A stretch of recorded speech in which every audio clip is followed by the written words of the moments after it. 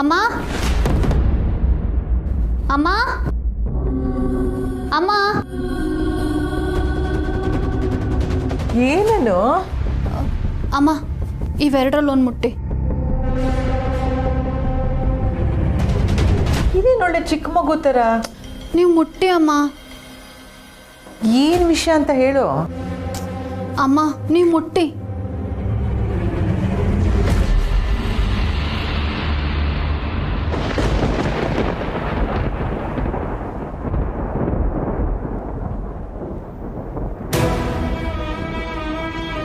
ಏನಾಯ್ತನು?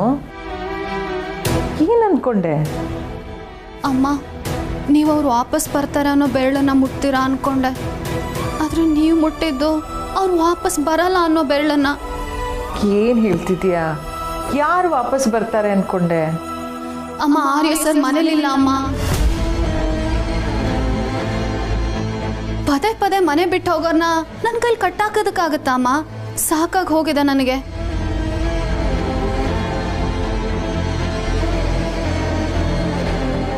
ಬಿಟ್ಟೋಗಿದ್ದಾರೆ ಅಂತ ಯಾಕೆ ಅನ್ಕೋತೀಯಾನು?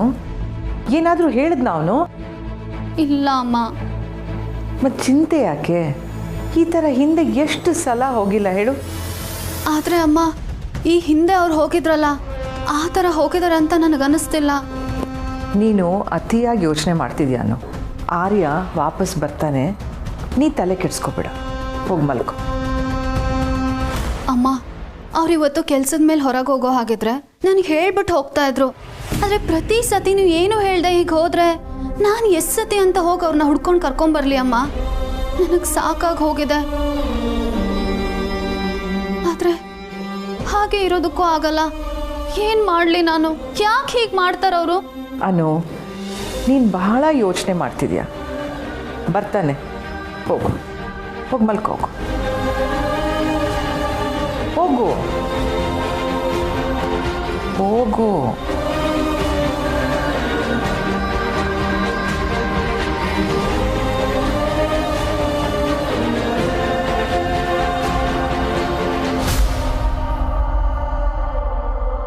ಮಲ್ಕೋಬೇಕಾದ್ರೆ mobile use ಮಾಡಬೇಡ ಹರ್ಷ.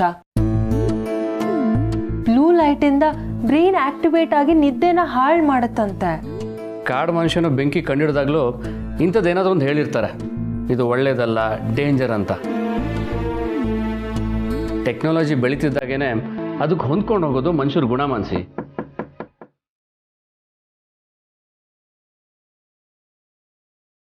ಟೆಕ್ನಾಲಜಿಗೆ ಹೊಂದ್ಕೋಬಹುದು, ಆದರೆ ಈ ಮನೆಯಲ್ಲಿ ಇಂಥ ಡಿಸ್ಟರ್ಬೆನ್ಸ್ಗೆ ಹೊಂದ್ಕೊಳ್ಳೋದು ತುಂಬಾನೇ ಕಷ್ಟ. ಯಾರಂತ ನೋಡು. ಗೊತ್ತಲ್ಲ ಯಾರು?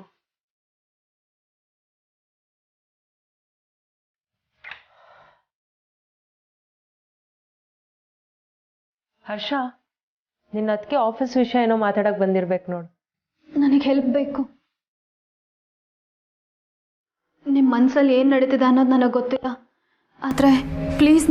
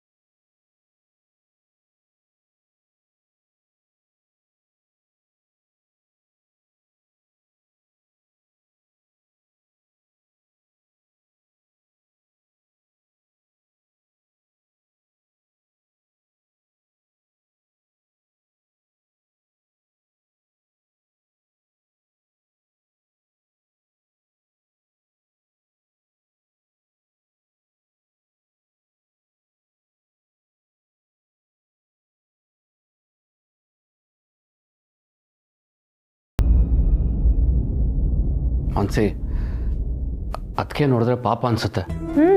ಅನ್ಸುತ್ತೆ. ಫೇಸ್ನ ಇನ್ನೋಸೆಂಟ್ ಆಗಿ ಇಟ್ಕೊಂಡು ಮಾತಾಡಿದ್ರೆ ಯಾರಿಗೆ ತಾನೇ ಅನ್ಸಲ್ಲ. ಬ್ರೋ ಇನ್ಲಾ ನಿಜವಾದ ಮುಖನ ಜಗತ್ತಿಗೆ ತೋರಿಸ್ತೀನಿ ಅಂದವಳು ಏನ್ ಮಾಡಿದ್ಲು? ಅವಳ ಅಮ್ಮ ಆಗ್ತಿದ್ದಾಳೆ, ಅವ್ರ ಅಪ್ಪ ಆಗ್ತಿದ್ದಾರೆ. They are celebrating their life. Harsha, ಅವ್ರಿಗೆ ಸಪೋರ್ಟ್ ಮಾಡಿದ್ವಲ್ಲ, ನಾವ್ಗಳು ಫೂಲ್ಸ್ ಅಷ್ಟೇ.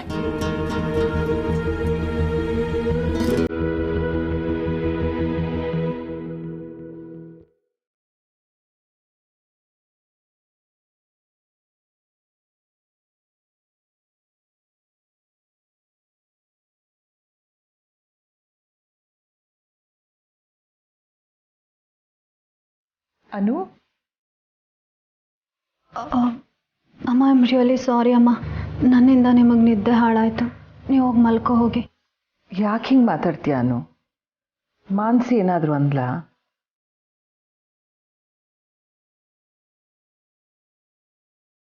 ನನಗೆ ಗೊತ್ತು, ನೀನು ಅವಳ ಹತ್ರ ಮಾತಾಡಕ್ಕೆ ಹೋಗಿರ್ತೀಯ. ಅವಳು ಹಿಂದೆ ಮುಂದೆ ನೋಡದೆ ಏನಾದರೂ ಅಂದಿರ್ತಾಳೆ. ನೀನು ಅದನ್ನು ಮನಸ್ಸಿಗೆ ಹಚ್ಕೋಬೇಡ. ಮನಸ್ಸಿಗೆ ಹಚ್ಕೊಳ್ದೆ ಹೇಗಮ್ಮ ಬದುಕೋದು? ಹಾಗಿರೋದಕ್ಕೆ ನನಗೆ ಬರಲ್ಲ.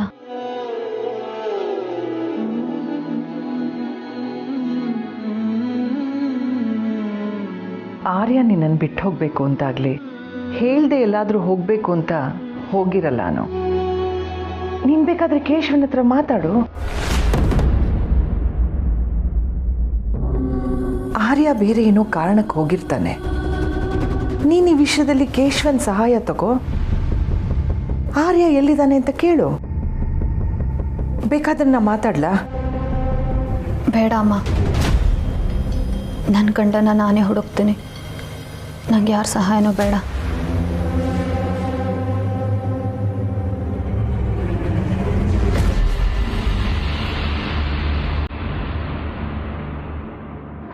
Hello sir. ಹಲೋ, ಸಂಕೆಪುರದಲ್ಲಿ ಆಗಲೇ ಕ್ರಾಸ್ ಆಗಿದ್ದು ಆರ್ಯ ಸರ್ಕಾರೇನಾ? ಕನ್ಫರ್ಮಾ? ಹಾಂ ಸರ್, ಅದು ಆರ್ಯ ಸರ್ಕಾರೇ ಸರ್.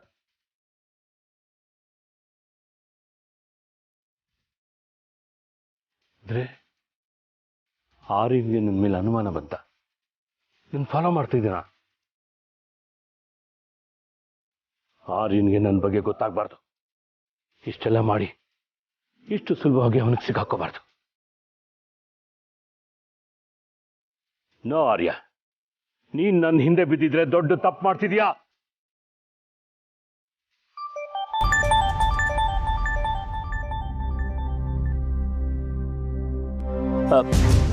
ಹಲೋ ಅಮ್ಮ. ಕೇಶವ ಎಲ್ಲಿದ್ಯಾ? ಆರ್ಯ ಎಲ್ಲಿ? ಅಮ್ಮ, ಆರ್ಯ ಏನೋ ಮಾತಾಡಬೇಕು ಅಂತ ಹೇಳ್ದ, ಅದಕ್ಕೆ ಅಲ್ಲಿ ಹೋಗ್ತಿದ್ದೀನಿ.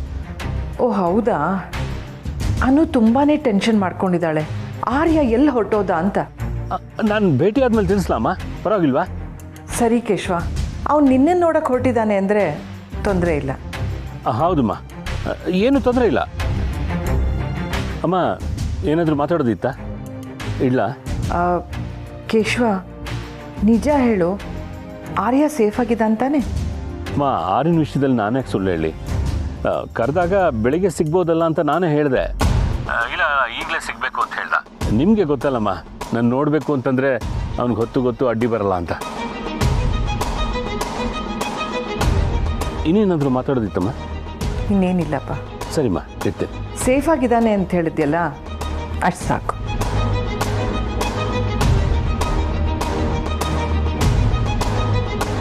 ಆರ್ಯ ಎಲ್ಲಿದ್ದಾನೆ ಅಂತ ಬೇರೆಯವ್ರು ಕಂಡುಹಿಡಿಯೋಕ್ಕೂ ಮೊದಲು ನಾನು ಕಂಡುಹಿಡಿಬೇಕು. ಹೀಗೆಲ್ಲರ ಪ್ರಕಾರ ಆರ್ಯ ನನ್ನ ನೋಡೋಕೆ ಹೊರಟಿದ್ದ. ಬರೋ ದಾರಿನಲ್ಲಿ ಅವನಿಗೇನೋ ಆಗಿದೆ. ಇಷ್ಟೇ ಕತೆ. ಇದನ್ನೇ ನಾನು ಮೇಂಟೈನ್ ಮಾಡಬೇಕು. ನನ್ನ ಸತ್ಯ ಅವನಿಗೆ ಗೊತ್ತಾಗೋಕ್ಕೆ ಸಾಧ್ಯನೇ ಇಲ್ಲ. ಗೊತ್ತಾಗಬಾರ್ದು.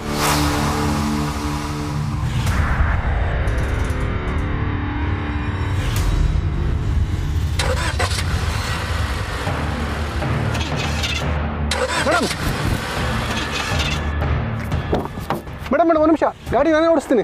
ಬನ್ನಿ ಮೇಡಮ್ ಪ್ಲೀಸ್.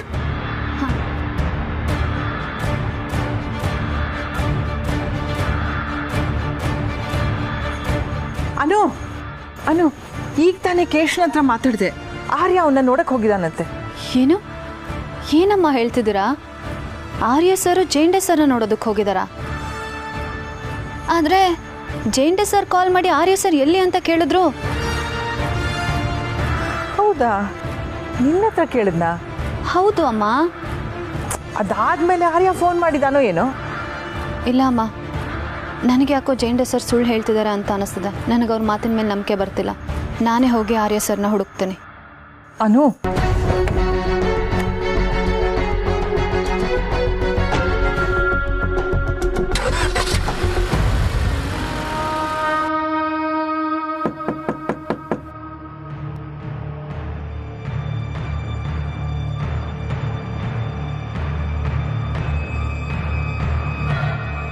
ಇವಳಿಗಿಷ್ಟು ಹೇಳಿದ್ರು ಈ ಥರ ಡಿಸ್ಟರ್ಬ್ ಮಾಡಿದ್ರೆ ಏನು ಮಾಡೋದು ಹರ್ಷ?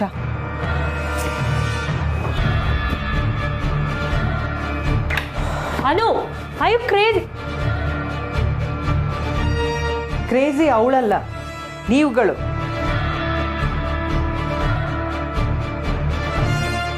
ಈಗೇನು ಮಿಡ್ ನೈಟಲ್ಲಿ ನಿಮ್ಮ ಲೆಕ್ಚರ್ ಅಮ್ಮಲ್ಲ ಬಸ್ರಿ ಹುಡುಗಿ ಏನೋ ಸಹಾಯ ಮಾಡಿ ಅಂತ ಕೇಳಕ್ ಬಂದಿರ್ತಾಳೆ. ಸಹಾಯ ಮಾಡಲಿಲ್ಲ ಅಂದ್ರೂ ಪರವಾಗಿಲ್ಲ, ಅವಳಿಗೆ ನೋವಾಗ ಹಾಗೆ ಮಾತಾಡಬಾರ್ದು ಅಂತ ಕಾಮನ್ ಸೆನ್ಸ್ ಇಲ್ವಾ? ಕಾಳಜಿನೇ ಇಲ್ದಿರೋ ಹಾಗೆ ನಡ್ಕೋತಿರಲ್ಲ, ನಿಮ್ಗಳಿಗೆ ಏನು ಹೇಳಲಿ? ಮೊಮೆಲ್ಲ ನೀವು ಉಪದೇಶ ಕೊಡೋದಕ್ಕೆ ಬರಬೇಡಿ. ಅಷ್ಟಕ್ಕೂ ಅವಳು ಕೇಳಿದ್ದಕ್ಕೆ ನಾವು ಏನಂತ ಸಹಾಯ ಮಾಡೋದು? ಗಂಡ ಕಾಣಿಸ್ತಿಲ್ಲ, ಹುಡ್ಕೋಣ ಬನ್ನಿ ಅಂತಿದ್ದಾಳೆ. ನಾವೇನು ರೋಡಲ್ಲಿ ಹೋಗಿ ಹುಡ್ಕಕ್ಕಾಗತ್ತಾ? ಇಷ್ಟಕ್ಕೂ ಅವ್ರ ಮನೇಲಿಲ್ಲ ಅನ್ನೋದೇನು ದೊಡ್ಡ ವಿಷಯ ನಮ್ಮಮ್ಮಿಲ್ಲ? ದೊಡ್ಡ ವಿಷಯನೇ ಮಾನ್ಸಿ, ಅವಳಿಗದು ದೊಡ್ಡ ವಿಷಯನೇ. ನಿನ್ ಗಂಡ ನಿನ್ ಮಾತನ್ನು ಕೇಳ್ಕೊಂಡು ಜೊತೆಲೇ ಇದ್ದಾನೆ, ಅದಕ್ಕೆ ನಿನಗೆ ಅರ್ಥ ಆಗ್ತಿಲ್ಲ. ಮೊಮಿನ್ಲಾ, ಹರ್ಷ ನಿನ್ನ ಬಿಟ್ಟೋಗಿದ್ರೆ ನೋವು ಅರ್ಥ ಆಗ್ತಿತ್ತು ಅಂತ ಇಂಡೈರೆಕ್ಟ್ ಆಗಿ ಈಗ ನಂಗೆ ಹೇಳ್ತಿದ್ದೀರಾ? ಮಾನ್ಸಿ ಪ್ಲೀಸ್ ಸ್ವಲ್ಪ ಸುಮ್ಮನೆ ಇರು. ಹೆಂಡತಿ ಮಾತನ್ನ ಕೇಳಬೇಕು ಸರಿ, ಆದ್ರೆ ಕೆಲವೊಂದ್ಸಲ ನಿನ್ ಬುದ್ಧಿನೂ ಉಪಯೋಗಿಸ್ಬೇಕು ಹರ್ಷ. ಈಗೇನೋ ಆರ್ಯ ಜೇಂಡೇನ್ ಹುಡ್ಕೊಂಡು ಹೋಗಿದ್ದಾನೆ ಅಂತ ಗೊತ್ತಾಯ್ತು, ಟೆನ್ಷನ್ ಇಲ್ಲ. ಆದ್ರೆ ನಿಜವಾಗ್ಲೂ ಏನಾದ್ರೂ ಅಪಾಯ ಆಗಿದ್ರೆ ನೀವುಗಳ ಸಹಾಯಕ್ಕೆ ಬರಲ್ಲ ಅನ್ನೋದು ನನ್ಗಿವತ್ತು ಅರ್ಥ ಆಯ್ತು. ಅಮ್ಮ, ನೀನೇನು ಹೇಳ್ಬೇಡ. Good night. ನಾಳೆ ಹೊಸ ದಿನ, ಸಾಧ್ಯವಾದ್ರೆ ನೀವಿಬ್ರು ಬದಲಾಗಿ.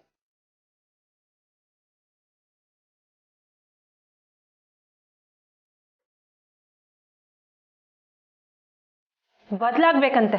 ಏನಿದ್ರ ಅರ್ಥ? ಎಲ್ಲಾನು ಕೇಳಿಸ್ಕೊಂಡು ಸುಮ್ಮನೆ ಕೂತಿದ್ಯಲ್ಲ ಹರ್ಷ. ಇನ್ನೇನು ಮಾಡಬೇಕಿತ್ತು? ಅಮ್ಮನ ಹತ್ರನೂ ಕೂಗಾಡ್ಲಾ? ಅದಕ್ಕೆ ಸಹಾಯ ಮಾಡಿದರೆ ನಿನ್ನ ಕೈಯಲ್ಲಿ ಬಯಸ್ಕೋಬೇಕಾಗಿತ್ತು. ಈಗ ಸಹಾಯ ಮಾಡಿಲ್ಲ, ಅದಕ್ಕೆ ಅಮ್ಮ ನನಗೆ ಬೈತಾ ಇದ್ದಾರೆ. ಒಟ್ಟಿನಲ್ಲಿ ಬೈಸ್ಕೊಳ್ಳೋದಷ್ಟೇ ನನ್ನ ಕೆಲಸ.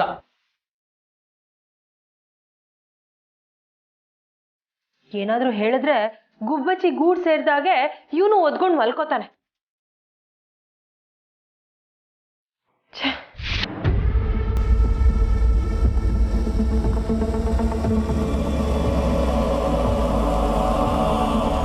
ಅಣ್ಣ ನಡೀರಿ. ಬನ್ನಿ ಮೇಡಮ್.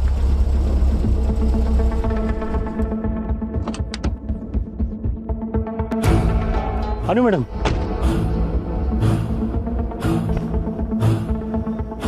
ನೀವ್ಯಾಕಿಲ್ಲಿ?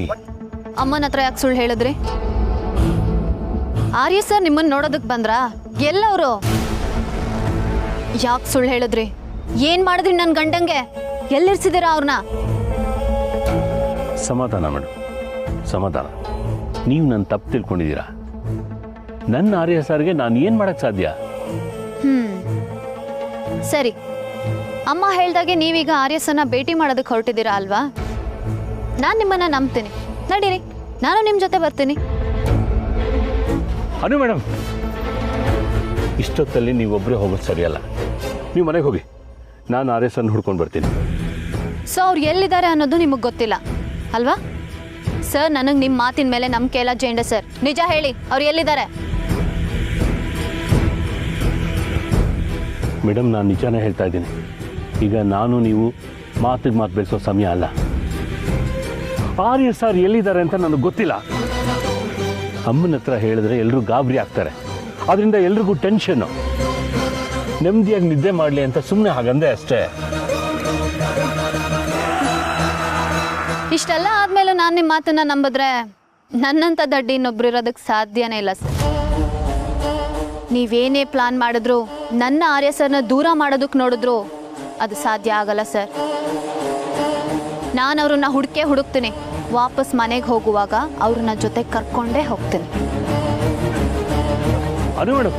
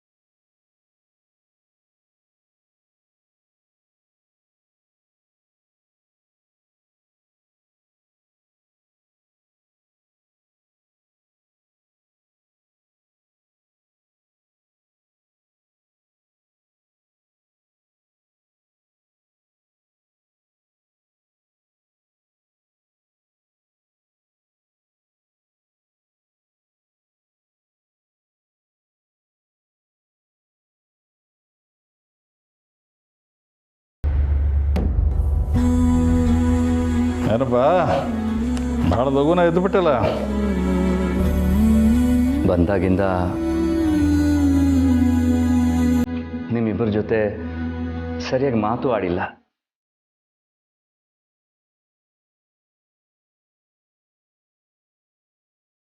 ಹೇಗಿದ್ದೀರಾ ಅಪ್ಪಾಜಿ?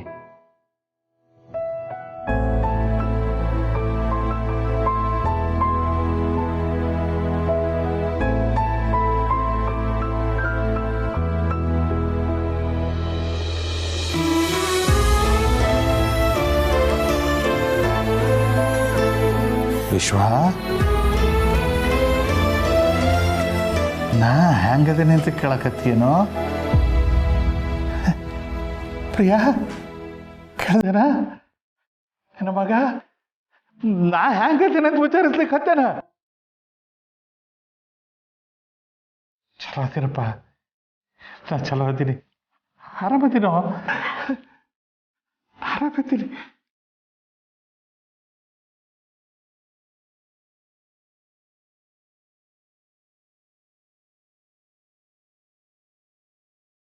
ನನ್ನ ಮಗ ನನ್ನ ಮಾತು ಮೀರಿ ಅಮೆರಿಕಕ್ಕೆ ಹೋಗಿ ಬಹಳ ದೊಡ್ಡ ಮನುಷ್ಯ ಆಗ್ಯಾನ, ಅಪ್ಪನ ಮರ್ತಾನ ಅಂತ ನಾನು ಅನ್ಕೊಂಡಿದ್ನಪ್ಪ. ಖರೇನ ಹಂಗ ಅನ್ಕೊಂಡಿದ್ದೆ ನಾನು. ಈಗ ನೀವು ಬಂದದ್ದು ನನಗೆ ಭಾಳ ಖುಷಿ ಆಯ್ತು. ನಿಮ್ಮವ್ವ ತನಗೊಬ್ಬಳಿಗೆ ಭಾಳ ಖುಷಿ ಆಗದಂತ ಅನ್ಕೊಂಡಾಳ. ವಿಶ್ವ, ನನಗೂ ಭಾಳ ಖುಷಿ ಆಗೈತು. ಖರೇನ ಭಾಳ ಖುಷಿ ಆಗೈತು. ಥ್ಯಾಂಕ್ಸ್ ಅಪ್ಪಾಜಿ.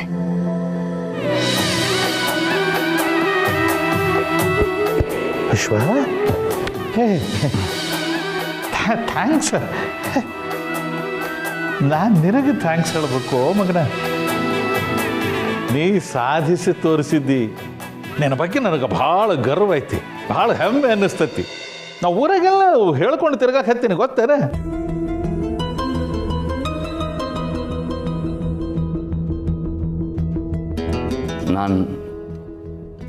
ನಾನು ಅಷ್ಟು ಒಳ್ಳೆ ಮಗ ಅಲ್ಲ ಅಪ್ಪಾಜಿ. ಗಣಿತದಲ್ಲಿ 100ಕ್ಕೆ 99 ಬಂದರೂ ಒಂದು ಅಂಕಿ ಕಮ್ಮಿ ಸಿಕ್ಕಿದ್ದು ನನಗೆ ಸೋಲು ಅನಿಸ್ತಿತ್ತು.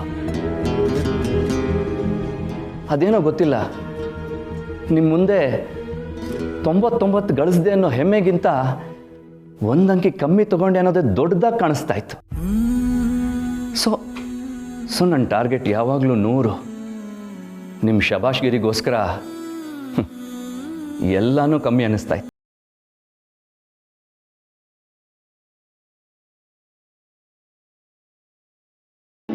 ವಿಶ್ವ, ಹಾಳಿ ಮಾತಲ್ಲ ಈಗ ಯಾಕೋ? ಬೇಡ.